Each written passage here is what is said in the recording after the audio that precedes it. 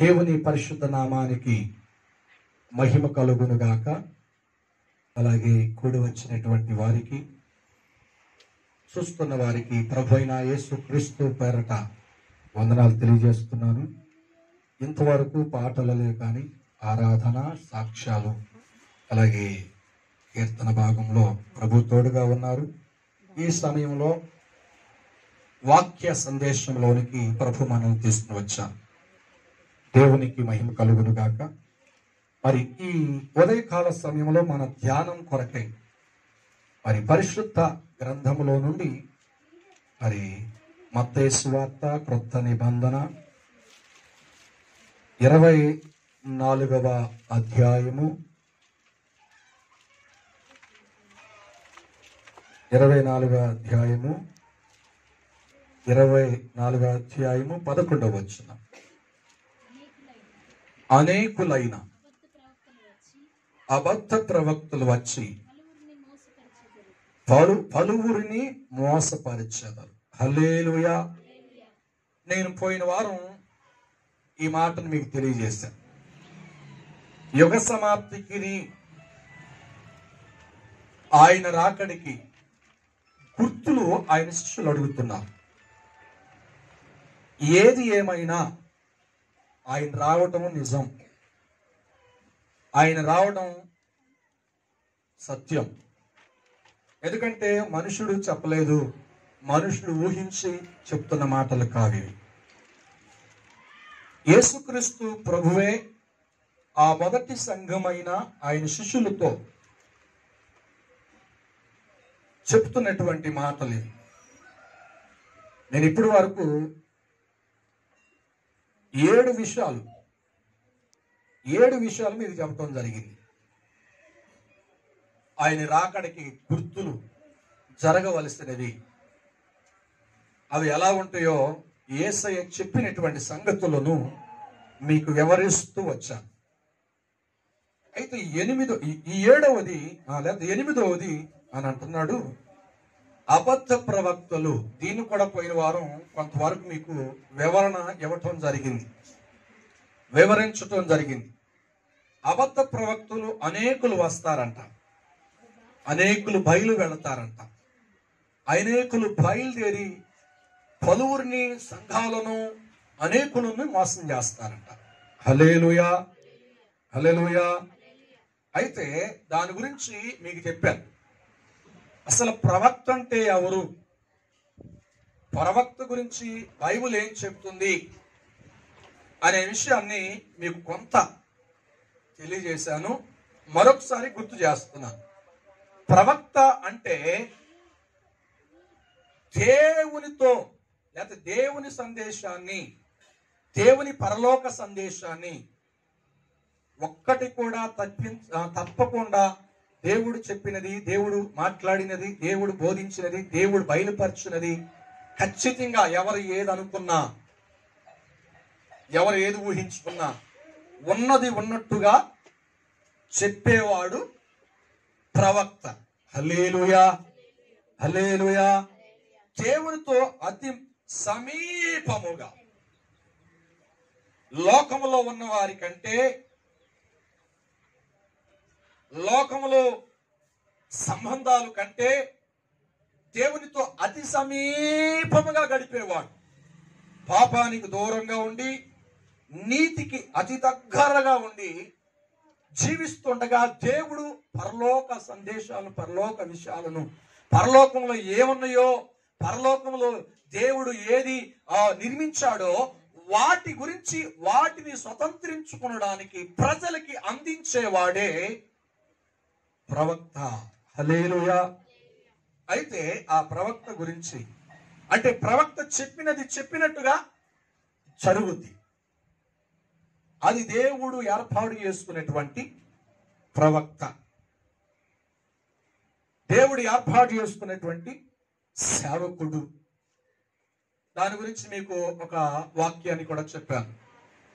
1 సమూయేలు గ్రంథం 9వ అధ్యాయము 8వ వచనంలో ఒక వ్యక్తి గాడిదలు పోతే ఆ గాడిదల్ని ఎత్తుకుటానికి వెళితే తనతో ఉన్న తన దాసుడు అంటాడు, ఇదిగో ఒక మంచి దీర్ఘదర్శి ఉన్నాడు ఇక్కడ.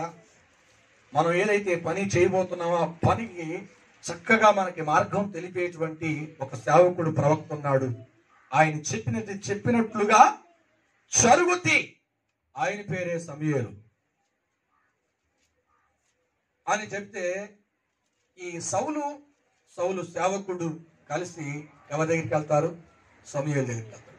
సమూయేలుకి అంతకుముందే నేను ఒక వ్యక్తిని ఇశ్రాయేలు రాజు కొరకు మీ దగ్గరికి తీసుకొస్తాను అని ఎప్పుడో చెప్పించాడు. దేవుడు ఎప్పుడో మాట్లాడాడు. ఆ మాటను నెరవేరబడటానికి ఎదురు చూస్తూ ఉన్నాడు ఈ ప్రవక్త. స్తోత్ర.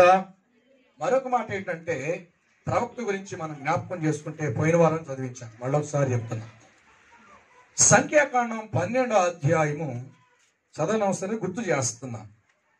అక్కడ ఏముంటుందంటే, ఆ మోషే కూషు దేశపు స్త్రీని పెళ్లి చేసుకుంటే ఈ మోషే మీద మోషే అక్క, మోషే అన్నయ్య అహరోను సనుగుతున్న సమయంలో దేవుడు అంటాడు, ప్రవక్త విషయంలో నేను కలల ద్వారా తనతో మాట్లాడతాను. మోషే గురించి మీరు ఎందుకు అలా మాట్లాడుతున్నారు? అది నా ఇష్టం, అది నాకు ఇష్టమై ఉంది అని చెప్తే ఆ మాట కూడా వినకపోతే దేవుని యొక్క శిక్ష దేవుని సేవకుడు అయినటువంటి మోషే మీద తిరగబడినటువంటి తన అక్క అయినటువంటి మిరియాం మీదకి వచ్చింది. కుష్ఠరోగం వచ్చేసి. స్తోత్ర. కనుక ప్రవక్తల గురించి చెప్తున్నా. ప్రవక్త దేనికి భయపడడు, ప్రాణానికి తెగించి ప్రభు మాటలు నిరభ్యంతరంగా ప్రకటిస్తాడు. హల్లెలూయా. ప్రాణాన్ని గురించి లెక్క చేయడు, ప్రభు కార్యం మాత్రమే జరగాలి. ఈ రోజున ప్రవక్తలు అనేటువంటి వారు ఏమంటాడంటండి, ప్రవక్తలు అనేటువంటి వారు మా దగ్గరికి రండి, దేవుడు మిమ్మల్ని దీవించేస్తాడు, మా దగ్గరికి రండి ఆశీర్వాదాలు వచ్చేస్తాయి, మా దగ్గరికి రండి మీ అప్పులు తీరిపోతాయి అని వారి యొక్క పేరు చిరునామాలో ఏమని రాస్తున్నారు తెలుసా? ప్రవక్త అయినటువంటి సేవకుడు, కృపావరాలు పొందిన సేవకుడు. మనం పేర్లు రాసుకోవడం కాదు, మనం పిలిపించుకోవడం కాదు, దేవుడే ప్రవక్త అని గుర్తించి ముద్ర వేయాలి. హల్లెలూయా. నిజంగా ప్రవక్తని చెప్పుకుంటున్న ప్రవక్తని పిలిపించుకుంటున్నటువంటి వారిలో అర్హతలు ఉండాలి. ఏంటి అర్హతలు అంటే, ప్రభు కొరకు ప్రజలను పోగు చేయాలి తప్ప వారు సేవ కొరకు ప్రజలను పోగు చేయకూడదు. పోగు చేస్తే అది సేవకుడు లేకపోతే ప్రవక్త కానే కాడు. నువ్వు పోగు చేసిన ప్రజల్ని నిజమైన ప్రవక్త అయిన యేసయ్య వైపు, యేసయ్య దర్శనము, యేసయ్య ప్రత్యక్షతలు, దేవుడి యొక్క నిర్ణయాలు, దేవుడి ఉద్దేశాలు నెరవేర్చే ప్రజలుగా మనల్ని కట్టడానికి పిలవాలి. అది ప్రవక్త పరిచర్య. హల్లెలూయా. అంతేనండి. ప్రవక్త పరిచర్య ఏంటో తెలుసా? వారి వైపు ఆకర్షించుకోవడం కాదు సంఘాన్ని, వారి వైపు ఆకర్షించుకోవడం కాదు ప్రజల్ని, వారి వైపును వారి సాక్ష్యము కొరకు ప్రజలు తండోపతట్టోపులుగా కట్టడం కాదు. నిన్ను పిలిచి నీ పరిచర్య అప్పగించిన దేవుని ప్రణాళికలు నీ పట్ల పెట్టి పరలోకం గురించి దర్శనము ప్రకటించమన్న దేవుని వైపు వారిని ఆకర్షించాలి. హల్లెలూయా. అది ప్రవక్త పరిచర్య. సరే, యేసుక్రీస్తు ప్రభు అన్నాడు, యుగ సమాప్తికి ఆయన రాకడ గుర్తుల్లో ఇదొకటి 8వది ఏమిటంటే అబద్ధ ప్రవక్త. ప్రవక్తల గురించి నేర్చుకున్నాం. అబద్ధ ప్రవక్తలు అంటే ఎవరు? దేవుని ఉన్నది ఉన్నట్టుగా కాకుండా వీరి సొంత మాటలే దేవుడి మాటలుగా కల్పించుకుని ఉద్దేశించి చెప్పేవాళ్ళు అబద్ధ ప్రవక్తలు. అంటే క్రీస్తు మర్మాలను దాచి వీరు హైలైట్ అవ్వడానికి, వీరు అనేకులకు కనబడడానికి, ప్రభువును మరుగు చేసి వీరు ప్రత్యక్షత పొందడానికి, లేకపోతే వీరు గౌరవం పొందడానికి, వీరు ఘనతలు పొందడానికి ఈ రోజున కుక్కలుగా తయారైపోయారు. దానిలో క్రీస్తు ఉండటంలా, క్రీస్తు గురించి సాక్ష్యం ఉండట్లేదు. మా సేవకుడు ఎంత గొప్పవాడో, మా సంఘం ఎంత గొప్పదో, సంఘంలో ఉన్న వాళ్ళు సంఘంలో చేర్చమని దేవుడు ఎప్పుడు చెప్పాలి. స్తోత్రం. ఒక సేవకుడిని కించపరచమని దేవుడు ఎప్పుడు చెప్పలేదు. ఈ రోజున అలాగ తయారైపోయింది. అబద్ధ ప్రవక్తలు, ఏమండి, బీడు భూములు ఎన్నో ఉన్నాయి, సేవ లేని ప్రాంతాలు ఎన్నో ఉన్నాయి. అక్కడికి వెళ్ళాలి. నీవు నిజంగా సేవకుడు అయితే, నిజంగా పరిచర్య చేస్తున్నావు అనుకుంటే, నిజంగా దేవుడు యొక్క ప్రవక్తగా పిలువబడుతుంటే ఇది కనుక ఈ రోజున అనేక మంది తయారైపోయారు.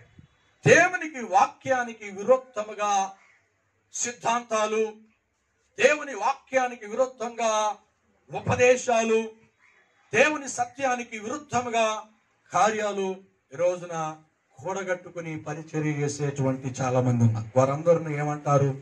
ఈ వాక్య ప్రకారం దేవుని మరుగు చేసి, దేవుని కనబడకుండా, దేవుని సత్యాలకి ప్రజల్ని ఏమంటే కట్టకుండా, వారి ఉద్దేశాలు, వారి యొక్క ఆలోచన నెరవేర్చబడడానికి పరిచర్య చేసే ప్రతి ఒక్క సేవకుడు అబద్ధమైన బోధలో వారు కట్టుకుని సంఘాన్ని కడుతున్నారు.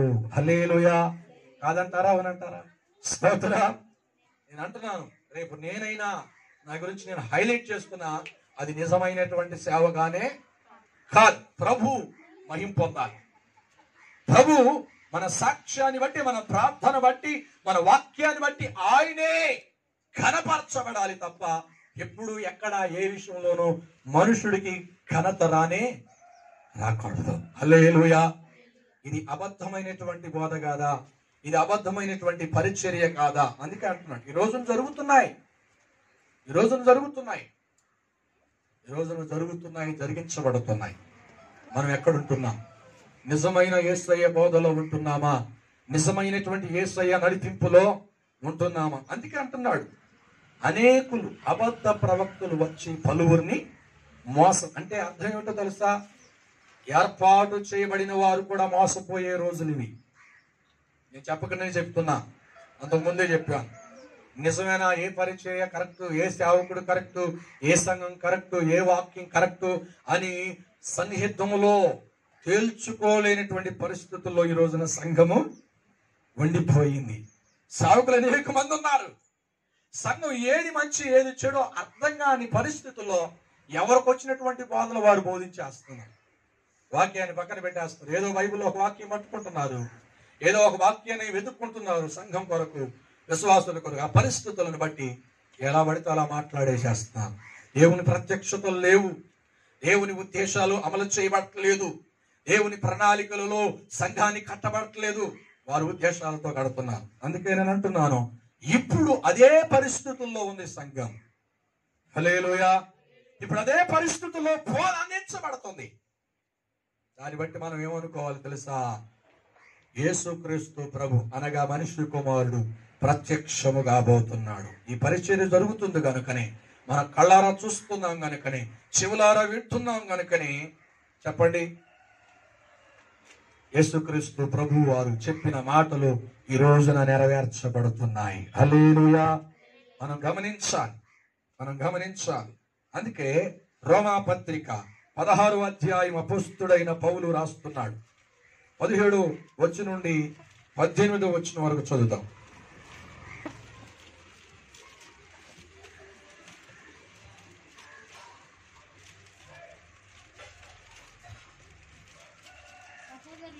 సహోదరులారా, మీరు నేర్చుకొనిన ఆ బోధకు వ్యతిరేకముగా భేదములను, ఆటంకములను కలగజేయి వారిని ఎలా కనిపెట్టాలంటండి?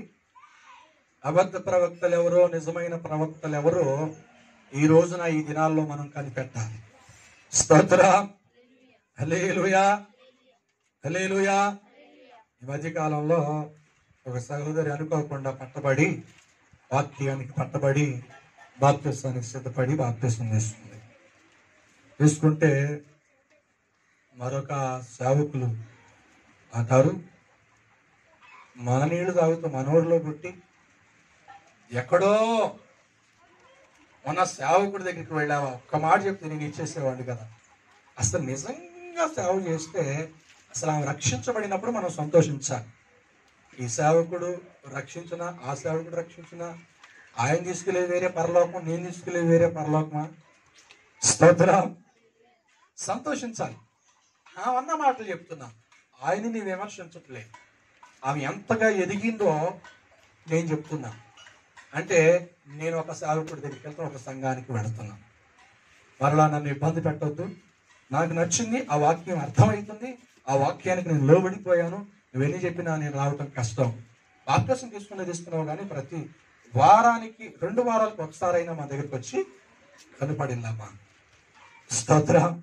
ఒకే ఒక మాట చెప్పిందంట, నా ప్రాణం పోయినంత వరకు నేను ఆ సంఘాన్ని, ఆ సేవకుని నేను విడిచిపెట్టనే. నాకు అలాగ అర్థమైంది.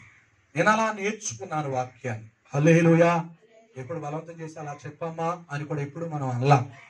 వాక్యం సత్యం అని వింది.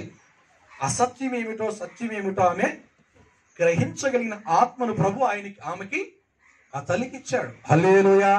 ఈ దినాల్లో మనం కూడా ఎలా ఉండాలి అంటే ఇక్కడ వాక్యం చెప్తుంది. ఇప్పుడు రోమాపత్రిక చదివాం కదా, అందుకని అంటున్నాడు, సహోదరులారా ఏంటంటండి, మనం నేర్చుకొనిన బోధకు వ్యతిరేకముగా. ఏ బోధలు అంటండి? మనం నేర్చుకున్న బోధలకి వ్యతిరేక సంబంధమైన బోధలు అంటే బోధించేవారు నీ దగ్గరికి రావచ్చు, నీ దగ్గరికి వచ్చి ఇబ్బంది పెట్టవచ్చు. అది కాదు, ఇది కాదు, ఇది సత్యం, అది అసత్యమని, అది నిజము కాదు, అది అబద్ధమని ఎన్నో రకాలుగా మానసికంగా శారీరకంగా నిన్ను బలవంతం చేయవచ్చు. స్తోత్రం. కానీ నీ విన్న ఉపదేశాన్ని, నీ విన్న బోధను ఏం చేయాలంట? వచ్చినటువంటి వారికి నువ్వెలా నిలబడాలి అంటే అక్కడే చెప్తున్నాడు అపొస్తలుడైన పౌలు. వ్యతిరేకముగా వేదములను ఏమండి ఏం కలిగిస్తారంట? ఆటం కలిగిస్తారు. అబ్బా, మైలవరం అంత దూరం వెళ్తేనే బాగుంటుందా? ఏమండి ఈ సంఘాలన్నీ దాటి వెళ్తే ఆ మూలకే వెళ్ళాలా? స్తోత్రం. హల్లెలూయా, హల్లెలూయా. దేవుని సన్నిధిలో వారికి బోధ అర్థమైంది. వారు విన్నారు, వారు లోబడిపోయారు, కట్టుబడ్డారు. ఇక వారిని ఇబ్బంది పరిచేటువంటి, ఆ ఇబ్బందికి గురి చేసేటువంటి ఎన్నో రకాలైనటువంటి మాటలు మన జీవితంలో రావా? వచ్చినాయా? రాలేదా? హల్లెలూయా. వస్తూ ఉన్నాయి. కనుక నువ్వెన్నటువంటి బోధించబడిన ఆ బోధకి కట్టుబడ్డావు కనుక, ఆ బోధకి నీ జీవితాన్ని అప్పగించావు కనుక, ఎన్ని రకాలుగా నీ మీదకి వచ్చినటువంటి ఆ అబద్ధమైనటువంటి వాటిని సత్యాలుగా నీ దగ్గరికి తీసుకొచ్చిన వాటి విషయంలో మనం ఏం చేయాలంట? పరీక్షించి, అంతేనా? కనిపెట్టాలంట. మనం కనిపెట్టి మనం పరీక్షించి చూసి జాగ్రత్తగా ఉండాలని అపోస్తలుడైన పౌలు ఆ సంఘాన్ని, కొరింథులో ఉన్న ప్రజల్ని కొరింథులో ఉన్నటువంటి ఆ సంఘానికి, ఆ రోమా సంఘానికి, రోమాలో ఉన్న ప్రజలకి, ఆ క్రైస్తవులకి వివరించి చెప్తున్న మాటలు ఇవి. హల్లెలూయా. ఇంకా మనం చదివితే 2 కొరింథీయులకు రాసిన పత్రిక 11వ అధ్యాయము 13వ వచనం నుండి 15వ వచనం వరకు కూడా అపోస్తలుడైన పౌలు రాస్తున్నాడు. ఆ మాటలు చదువుదాం.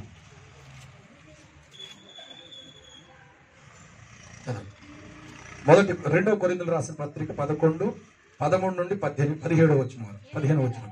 ఎలా అనగా అట్టి వారు క్రీస్తు యొక్క ఎలా వస్తారంటండి? అబద్ధమైనటువంటి బోధనలు తీసుకొచ్చేవారు, దేవుని వాక్యానికి, దేవుని ఉపదేశానికి వ్యతిరేకంగా సిద్ధాంతాలను పుట్టించి, సిద్ధాంతాలను ఏర్పాటు చేసుకుని ఎలా వస్తారంట? అపోస్తలులుగా వస్తారంట. హల్లెలూయా, హల్లెలూయా. వేషధారం వేసుకుని మాదే మంచి సేవ, మా ద్వారానే పరలోకం, మాకు పెళ్లి లేదు, మాకు అది లేదు, మేము అభిషక్తులము, మేము ప్రభు కొరకే అన్ని తీర్మానం చేసేసుకున్నాము. హల్లెలూయా. అంటే పెళ్లి కాని సేవ నిజమైన సేవ అయితే పెళ్లి అయి చేసేటువంటి సేవ అబద్ధం అంటారా? అలాగైతే ఆదాము అవని ఎందుకు దేవుడు సిద్ధపరిచేవాడు? ఆ సేవే కరెక్ట్ అనుకుంటే, ఈ సేవే వద్దనుకుంటే, ఈ పరిచర్య కరెక్ట్ అనుకుంటే, ఆ పరిచర్య కరెక్ట్ కాదనుకుంటే, స్తోత్రం. ఈ రోజున అలా ఉన్నారండి. అపోస్తలుడైన పౌలు చెప్తున్న మాటలు ఇవి. నేను ఊహించుకుని, నేను ఏదో కల్పించుకుని చెప్తున్న మాటలు కాదు ఇవి. అబద్ధపు వేషము వేసుకుని అపోస్తుల అనుకుని ఎలా వస్తారంట? అయ్యా నీ గురించి దేవుడు నాకు బయలుపరిచాడు, అయ్యా నీ దగ్గరికి వెళ్ళమని దేవుడు చెప్తే నేను వచ్చాను. ఇదంట. అంతేనా కాదా? ఆ మాటకి అర్థం అవే. ఎలయనగా అట్టివారు అదిగో క్రీస్తు యొక్క అపోస్తులమని చెప్పుకుంటూ వేషం వేసుకుంటూ ధరించుకొని వారయుండి దొంగ అబద్ధ ప్రవక్తలు అనుకోవచ్చు. ఆ దొంగ అపోస్తులను మోసగాండ్రగు పనివారునై ఉన్నారు. అది ఆశ్చర్యం. వచ్చేసారు, వాళ్ళు ఉన్నారు, ఈ లోకంలో ఉన్నారు, ఆశ్చర్యపడిన అవసరం లేదు. సాతాను తానే వెలుగుదోత వేషము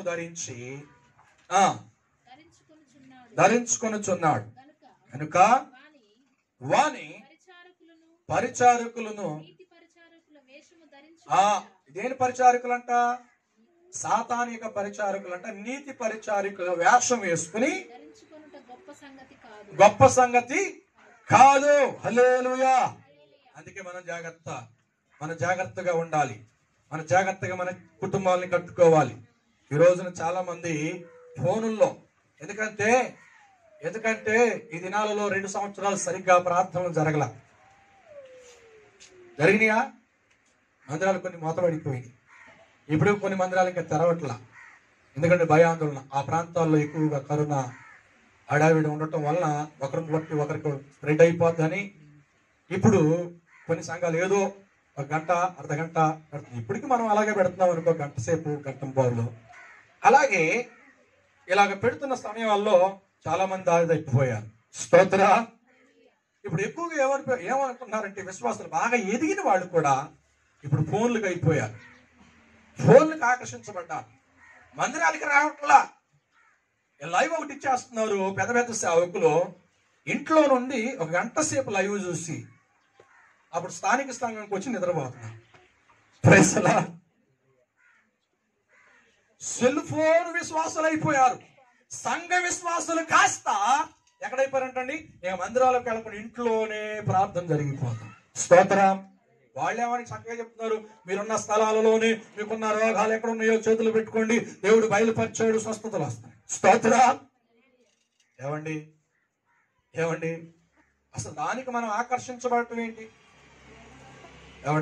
ఇది ఒక రకమైనటువంటి పరిచర్య. సైతానుడు మిమ్మల్ని మభ్యపట్టి, వాళ్ళు అబద్ధకులని నేను అంటలేదు, సేవకులు మిమ్మల్ని ఆత్మీయ స్థితిలో ఎదగకుండా, సంఘంలో ఎదగకుండా ఒంటరిగా గడపాలని.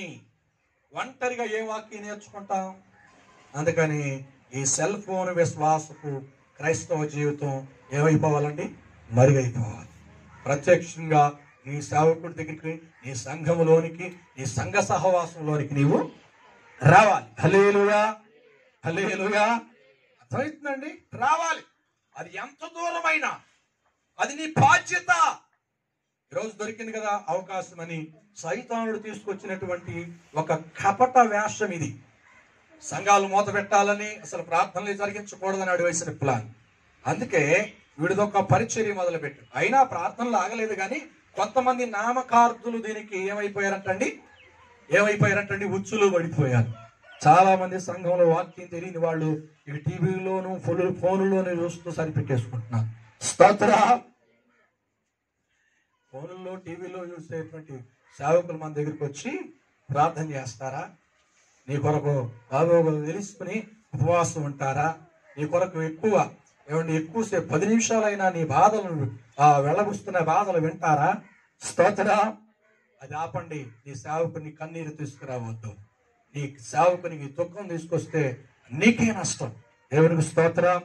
ఇది ఒక రకమైనటువంటి ఆలోచన సైతానుడు. అందుకంటున్నాడు, వెలుగుదోత వేషం వేసుకుని అపోస్తులుగా వాడు బయలుదేరి క్రీస్తు యొక్క ప్రేమ నుండి, క్రీస్తు యొక్క ఆత్మీయత నుండి, క్రీస్తు ప్రణాళిక కలిగిన ఆ పరలోకపు ఆ మార్గము నుండి క్రైస్తవులను దారి తప్పించాలని వాడు పన్నినటువంటి పన్నాగం ఇదొకటి.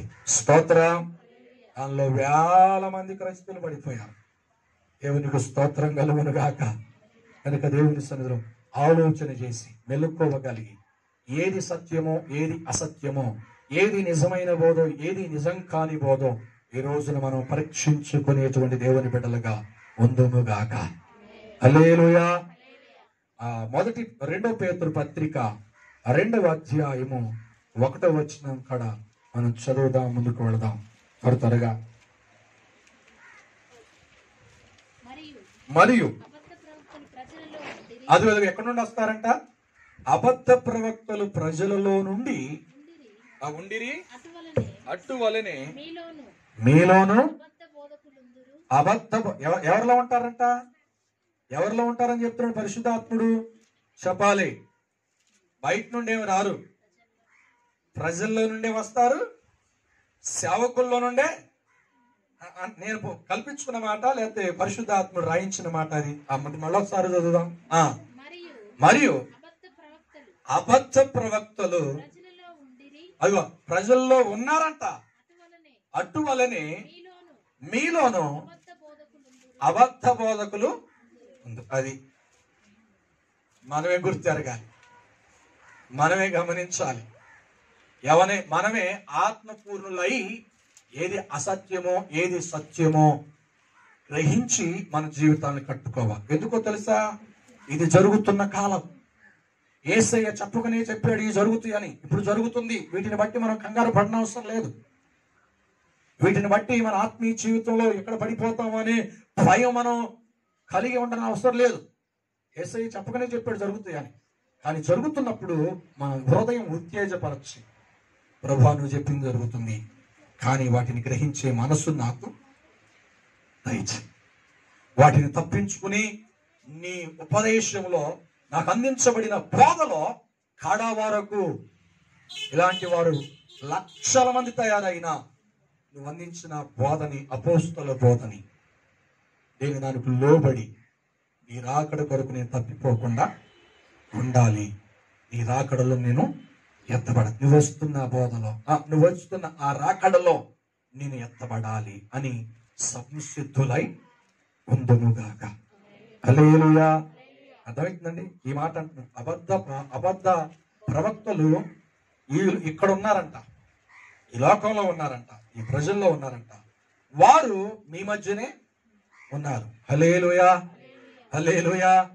కనుక నేను అద్భుతాలన్నిటికంటే అద్భుతం ఏం చెప్పిన, అద్భుతాలు చేసేవారు పరలోక రాజ్యం ఉంటారు. చాలాసార్లు చెప్పే మళ్ళీ చెప్తున్నా. అంటే అందరూ కాదు, కొంతమంది ఉంటారు, కొంతమంది ఉండరు. అద్భుతాలు చేసి ప్రభు కొరకే ఆత్మను కట్టే నిజాయితీగా సేవ చేసే ప్రవక్తలేమో పరలోకంలో ఉంటారు.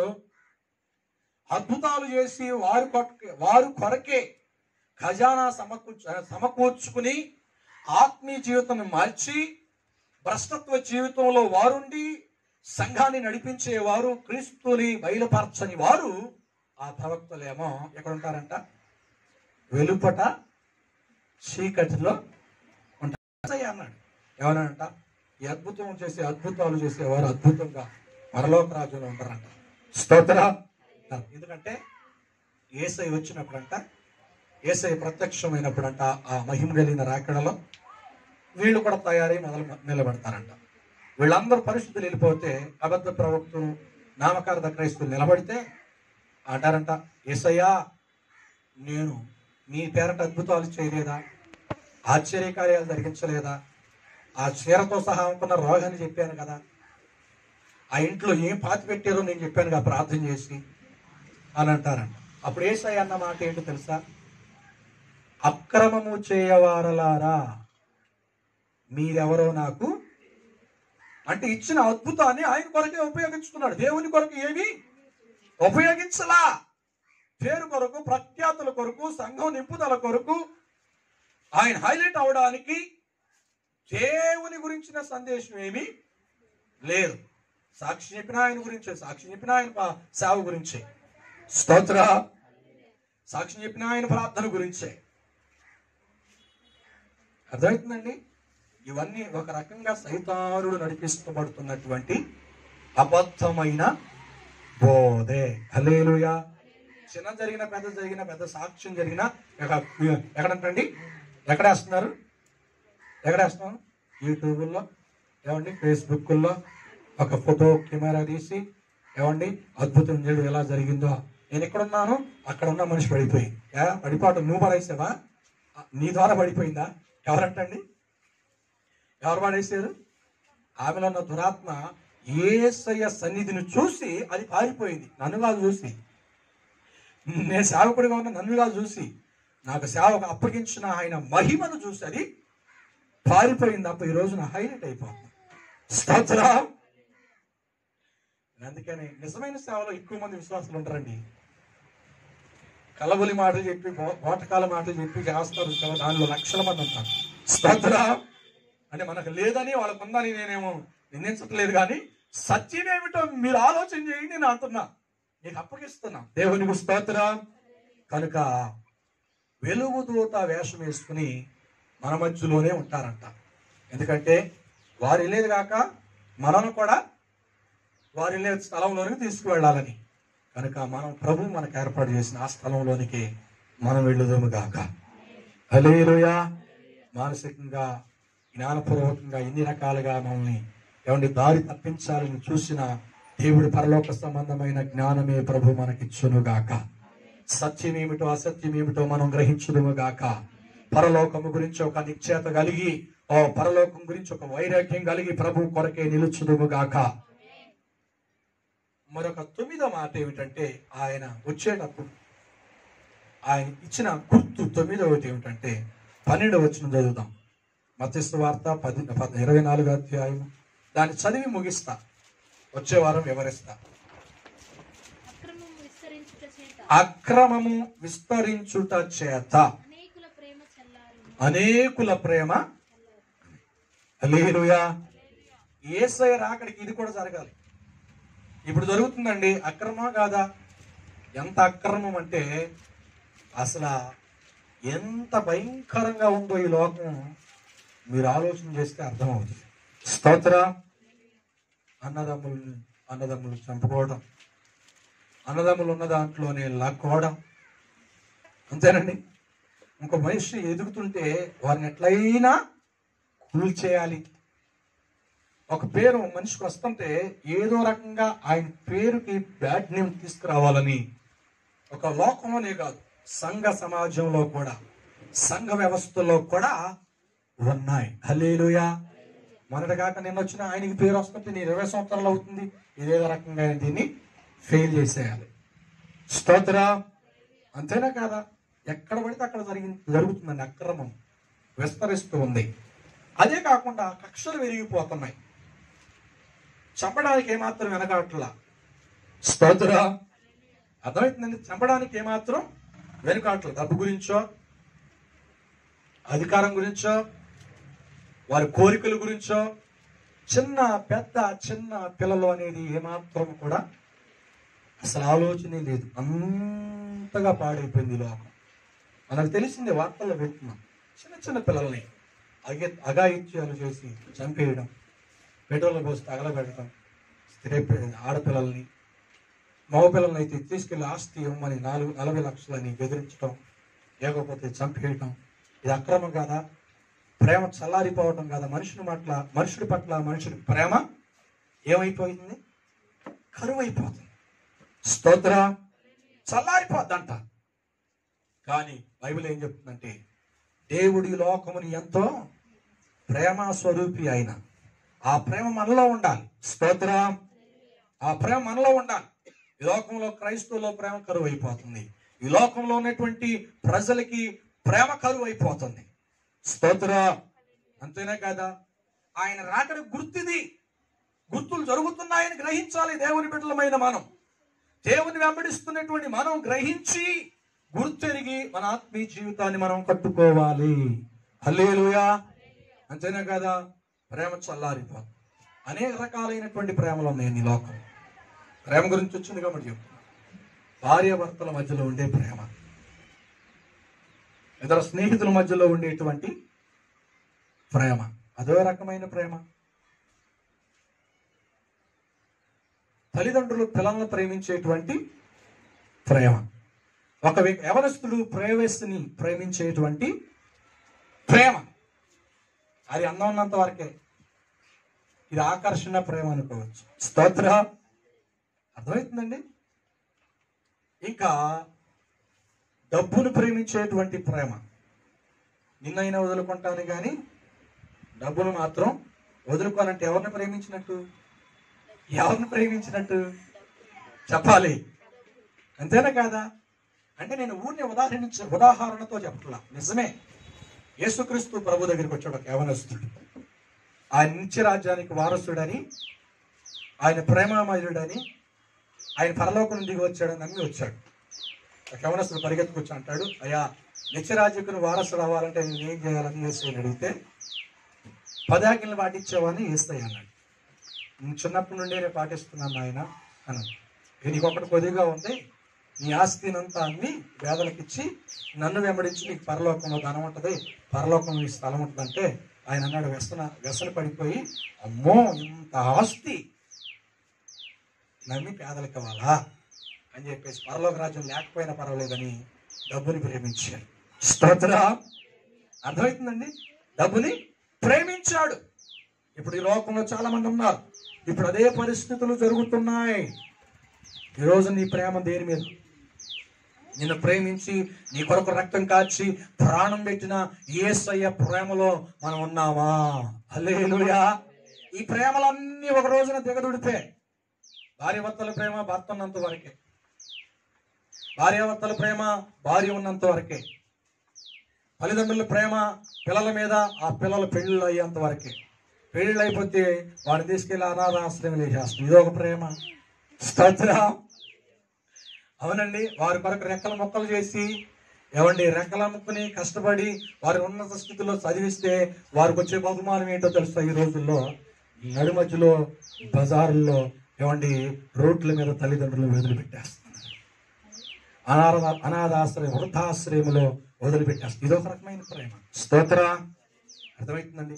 ఇన్ని రకాలుగా ఉన్నాయి. అందుకంటున్నాడు అనేకుల ప్రేమ 2 రకాలుగా అనుకోవచ్చు. అనేకుల ప్రేమ, లోకంలో ఉన్న ప్రేమ చల్లారిపోద్ది, సంఘాలలో ఉన్న క్రైస్తవులో ఉన్న ప్రేమ కూడా చల్లారిపోద్ది. దేవుని రాకడ ఇప్పుడు అలాగే ఉంది, ఇప్పుడు అలాగే ఉంది. హల్లెలూయా. ఇప్పుడు అలాగే ఉంది లోకం, సంఘ పరిస్థితులు కూడా అలాగే ఉంది. అందుకే దేవుని రాకడ యందు అక్రమము విస్తరిస్తుంది. అనేకుల ప్రేమ చల్లారిపోతుంది. నిన్ను ప్రేమించిన ప్రేమ దొరకదు, అప్పుడు ఆప్యాయంగా ప్రేమించిన ప్రేమ కరువైపోద్ది. ఈ రోజున అలాగే ఉంది. మనుషులను చూసిన, సంఘాల్లో చూసిన అలాగే తయారైపోయింది. స్తోత్ర. దీన్ని బట్టి మనకేమర్థం అవుతుంది? ఏమర్థం చేసుకోవాలి? మనుష్య కుమారుడు యేసయ్య ప్రత్యక్షము కాబోతున్నాడు. ఆయన ప్రత్యక్షం కాబోతుండగా మనం ఏమై ఉండాలి?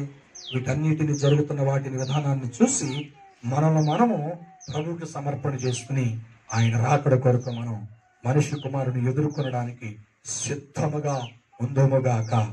ఇంకా చెప్పడానికి చాలా విషయాలు ఉన్నాయి, టైం అయిపోయింది. దేవుడి మాటలు మన వినుకుల్లో దీవించి ఆశీర్వదించునుగాక. ఆమె తలలు వంచుదామా, ప్రార్థన చేద్దాం. ఈ మధ్యాహ్న సమయంలో ప్రభు మనతో మాట్లాడినటువంటి మాటలు మనం విన్నాం కనుక ఈ ఉదయకాల సమయంలో ఆ యుగ సమాప్తికి ఆయన రాకడికి గుర్తులు జరగాలి. మనుష్య కుమారుడు ప్రత్యక్షము కాబోయేటువంటి దినం, ఆయన రావటం నిజం, ఆయన రాకడ నిజం కాకపోతే యోహాను సువార్త 14వ అధ్యాయం ఎందుకు రాశాడు? ఎందుకు చెప్తున్నాడు? నా తండ్రి ఇంట అనేక నివాస స్థలము, నేను ఎలా వెళుతున్నానో తిరిగి మీ దగ్గరికి వస్తాను, మిమ్మల్ని తీసుకొస్తాను కన్నాడు. అలాగే దేవుని యొక్క రాకడలో ప్రభు ఆయన బిడ్డల్ని, ఆయన వారిని తీసుకుని వెళ్ళబోతున్నాడు. ఆయన రాకడికి గుర్తులు జరగాలి. ఈ 9 ఇప్పటి వరకు మనం చెప్తున్నాం, ఈ 9 జరుగుతూ ఉన్నాయి. జరుగుతుని మనం వింటున్నాం, మనం చూస్తున్నాం, మనం గమనిస్తున్నాం. అక్రమం విస్తరిస్తుంది, అనేకుల ప్రేమ చల్లారిపోతుంది. దేవుని పట్ల అంతకు ముందు మనకున్నటువంటి ప్రేమ ఇప్పుడు ఉండటం లేదు. అంతకు ముందున్నటువంటి ఆత్మీయత ఇప్పుడు కరువైపోతుంది. సంఘాల్లో చూస్తే ఇలా ఉంటే లోకంలో కూడా అన్నదమ్ములు ప్రేమించుకోలేకపోవడం, ఒకరికొకరు నరుక్కోవడం, ఒకరికొకరు దూషించుకోవడం, అక్క చెల్లెళ్ళ ప్రేమ కరువైపోతుంది. భార్య భర్తల మధ్యలో ప్రేమ కరువైపోతుంది. వివాహ బంధంలో ప్రేమ కరువైపోతుంది. స్నేహితుల మధ్యలో కపట ప్రేమలు, అనేకమైనటువంటి ప్రేమలు మనం చూస్తాం, తేలిపోతూ ఉన్నాయి. కానీ యేసయ్య ప్రేమ శాశ్వతమైన ప్రేమ. యేసు ఈ లోకాన్ని ప్రేమించి నిన్ను ప్రేమించాడు. ఆ ప్రేమ స్థిరస్థాయిగా ఆయన వచ్చేంత వరకు ఉండాలి. నువ్వు కాపాడుకోవాలి, ఆ ప్రేమలో కట్టబడాలి. అక్రమము జరుగుతుండగా చూస్తుండగా వాటి వైపు మన మనస్సును ఉంచక, వాటిని ఆలోచన చేయక, దేవుని ప్రేమ కలిగి ఈ కక్షల మధ్యలో, ద్వేషాల మధ్యలో ఈ లోకంలో మనం జీవిస్తుండగా దేవుని ప్రేమ కలిగి, దేవుని ప్రేమను కాపాడుకుని, దేవుని ప్రేమతో అనేకులకు పంచగలిగిన మనం, ఆయన త్యాగం, ఆయన మరణం, ఆయన రాకడా మన కొరకే, మీ కొరకని ఇతరులకు ఆదర్శకరముగా ప్రభు ప్రేమను ప్రకటించేవాడిగా, ప్రభు ప్రేమను చూపించేవాడిగా, ప్రభు ప్రేమను నిలబెట్టేవాడిగా మనం ఉండడానికి ప్రభు పిలిచాడు. దేవానికి వందనాలు. అక్రమ వైపు చూడొద్దు, జరుగుతున్న నిందల వైపు చూడొద్దు, జరుగుతున్న నిందలు, అవమానాలు, కక్షల వైపు చూడొద్దు. ఒకవేళ దేవుడు ఇప్పుడే వస్తే నువ్వేమైపోతావు? దేవుడు ఇప్పుడే ప్రత్యక్షమైతే నీ స్థితి ఏమిటి? ఉద్యోగం ఉంటుంది, ఉండకపోతే ఆరోగ్యం ఉంటుంది, ఉండకపోతే సమాధానం ఉంటుంది, ఉండకపోతుంది. కానీ ప్రభు ప్రేమతో, ప్రభు ప్రేమించాడు కనుక నువ్వు రక్షించబడ్డావు. ఆ రక్షణను నిలబెట్టుకోవటమే దేవుని ప్రేమలో కట్టబడటం. ఆ రక్షణకి నీ జీవితాన్ని అప్పగించుకోవడమే దేవుని ప్రేమ చేత నీవు నడిపించబడటం. అనేకుల ప్రేమ చల్లారిపోతుంది. ఈ ప్రేమ ఎలా ఉంది? ఈ ప్రేమ ఎలా ఉంది? ఏ స్థితిలో ఉంది? ఏ స్థాయిలో ఉంది? ఒకసారి తండ్రిని ప్రేమించిన, కుమార్తెని ప్రేమించిన, దేవుని ప్రేమించిన ఈ ప్రేమ మొదటి స్థితిలో ఉన్నట్టుగానే ఉందా, మారిందా? ఒకసారి ఆలోచన చేయి. దేన్ని ప్రేమిస్తున్నావు? కుటుంబాన్ని ప్రేమిస్తున్నావా? లోకాన్ని ప్రేమిస్తున్నావా? దేవుని వాక్యాన్ని ప్రేమిస్తున్నావా? ఆలోచన చేయి. నీ అందాన్ని ప్రేమిస్తున్నావా? నీ అధికారాన్ని ప్రేమిస్తున్నావా? నీ డబ్బుని ప్రేమిస్తున్నావా? నీ కొరకు రక్షణ ఇచ్చిన యేసయ్యని ప్రేమిస్తున్నావా? అనేకులు నశించిపోతున్నా ఆ నశించిపోవారికి ప్రేమ, దేవుని ప్రేమ ప్రకటించాలని ఒక ఆలోచన కలిగి ఉన్నావా? ఒక్కసారి ఆలోచించు. దేవా, అట్టి భారం నాకు దయచేయండి, అట్టి బాధ్యత నాకు దయచేయండి అయ్యా, అట్టి ప్రేరేపణ నాకు దయచేయండి అయ్యా, అట్టి ప్రేమలో నన్ను కట్టండి అయ్యా. అక్రమం విస్తరించబడుతుండగా నేను చూసి వాటి వైపు చదవక, వాటిని వైపు నేను లెక్కించక, నువ్వు నా ఇచ్చిన జీవిత పరిమాణాలను, జీవిత దినాలను నేను నీ కొరకే ప్రకాశించాలి, నేను నీ కొరకే బ్రతకాలి. అనేకులకు వెలుగుగా, అనేకులకు మార్గదర్శకుగా, అనేకులకు మార్గము చూపించేవారుగా నేను నానయ్యా. నాతో పాటు కొంతమందిని ఇరాకల్లో ఎత్తబడేటువంటి గుంపులోకి తీసుకురావాలి. అటు తీర్మానం చేస్తాను. దేవా, నీకు వందనాలయ్యా. నీ కష్టాన్ని ఆయన తీసివేస్తాడు, నీ బాధను ఆయన తొలగిస్తాడు. ఆయన ఆలోచనలోనే ఉంటే, ఆయన ఆలోచనను భుజాన వేసుకుంటే, ఆయన ఆలోచన ప్రకారం నువ్వు జీవిస్తే, ఈ అక్రమైన ఈ పరిస్థితులలో, కక్షలు పెరిగిన ఈ లోకంలో, ద్వేషించబడుతున్న, ద్వేషాలు చూస్తున్న ఈ లోకంలో దేవుని ప్రేమలో నీవు నిలబడి ఉన్నావా? దేవుని ప్రేమను ప్రకటిస్తున్నావా? ఒకసారి ఆలోచన ప్రార్థించేద్దాం. పరిశుద్ధుడు అయిన యేసయ్య, జీవం కలిగిన తండ్రి, నీకు వందనాలు. ప్రేమ స్వరూపుడా, నీకు స్తుతులు. ఈ 9వది ఆయన నీ రాకడకు గుర్తులు. అక్రమము విస్తరిస్తుంది, అనేకుల ప్రేమ చల్లారిపోతుంది. ఈరోజు లోకంలో ఉన్న ప్రజల ప్రేమ చల్లారిపోతుంది. ఈ లోకంలో ఉన్న సంఘాలలో ఉన్న సంఘములో కూడా ఒకరి పట్ల ఒకరు ప్రేమించుకోలేకపోతున్నారు, ద్వేషించుకుంటున్నారు. ఇవన్నీ మేము చూస్తున్నప్పుడు ప్రభువా, మీరు వస్తున్నారని, చెప్పకనే మీరు చెప్పిన మాటలు మేము గుర్తుపెట్టుకుని ప్రేమ విషయంలో కానీ పరిశుభ్రత విషయంలో కానీ మేము జారిపోకుండా అయ్యా రానైన పెండ్లి కుమారుడైన యేసయ్య మిమ్మల్ని ఎదుర్కొందుము గాక. అతి కృప మాకు దయచేయండి, అతి ఆధిక్యత నాకు దయచేయండి. మమ్మల్ని కట్టండి, నిలబెట్టండి, ప్రోత్సహించండి, బలపరచండి, వెనుతట్టండి, స్థిరపరచండి, సిద్ధపరచండి. వాక్యం మంచి నేల పడిన విత్తనము వలె నూరొత్తలుగా ఫలింపు చేయండి. యేసు క్రీస్తు వారి యొక్క శ్రేష్టమైన నామములో ప్రార్థన చేసి అడిగి వేడుకొచ్చున్నాము తండ్రి, ఆమేన్. యేసు రక్తమే ఇచ్చి, ప్రభు యేసు రక్తమే ఇచ్చి, ప్రభు యేసు నామం సంపూర్ణ విజయం కలుగును గాక. తండ్రి నా దేవుని ప్రేమ, కుమారుడైన యేసు క్రీస్తు వారి కృప, ఆదరణకర్త అయిన పరిశుద్ధాత్మ సహవాసము సన్నిధి అప్పుడు వచ్చిన మనతోనూ లోకములో ఉన్న సకల పరిశుద్ధులకును ఈ వాక్యాన్ని తీర్మానం చేసుకుని ప్రభు యొక్క రాకడ కొరకు సిద్ధపడి వారికి సదాకాలము తోడై నడిపించును గాక. ఆమేన్. ఆమేన్. అందరికీ వందనాలు. God bless you. దేవుడు మిమ్మల్ని దీవించును గాక. ఆమేన్.